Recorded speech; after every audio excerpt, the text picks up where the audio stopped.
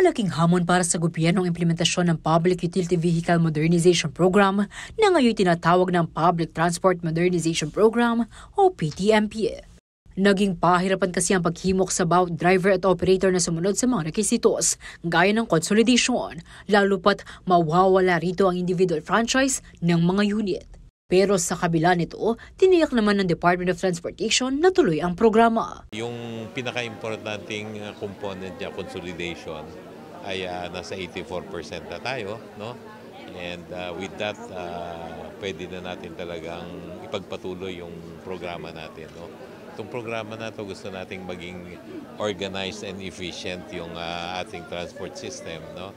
Kaya gusto natin na yung mga operators natin ay either cooperative or corporation para they can work together, they can implement yung tinatawag natin na maintenance plan, no?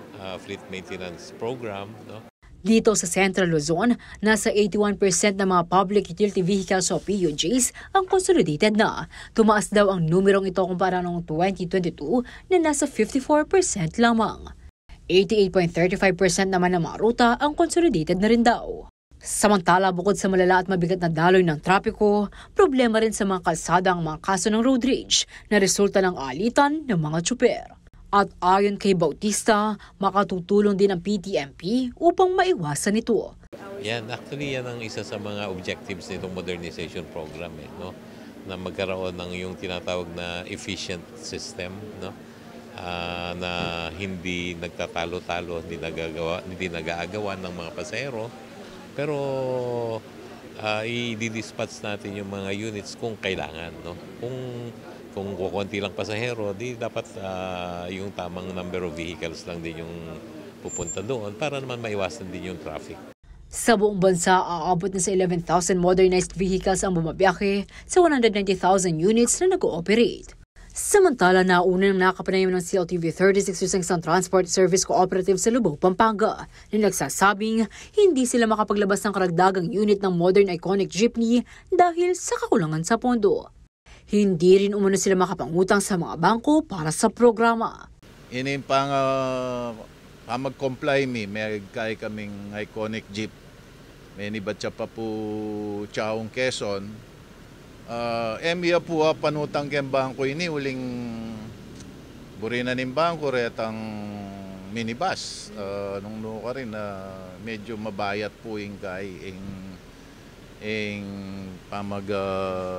bayad. So ngayon gawa mi po ken kooperatiba mi papag-share kami. May kay kaming share capital, then bawat operator 14,000, then driver 9,000. May kalikom kaming siguro migit kumulang kayong metong milyon. Pero uling mabayat yung pamaningil de baloy na po ring kalupa min driver basta-basta apalwalim pera. Nilinaw naman ni Bautista na bukas sa mga bangko sa mga kooperatiba, gayon din ang mga programa ng gobyerno. Financing naman ay hindi lang para sa minibus, no? So yung mga bangko naman, pag nakita nila na yung unit ay talaga namang maayos, no? And kailangan ng ruta, no? Ay isusuportahan din yan ng mga bangko, no? So hindi lang para sa mga minibus yan, but sa lahat ng mga modern vehicles yan, no? In fact, meron ding mga programa nga na merong magpapautang na walang interest, no? Liana Canelao, CLTV 36 News.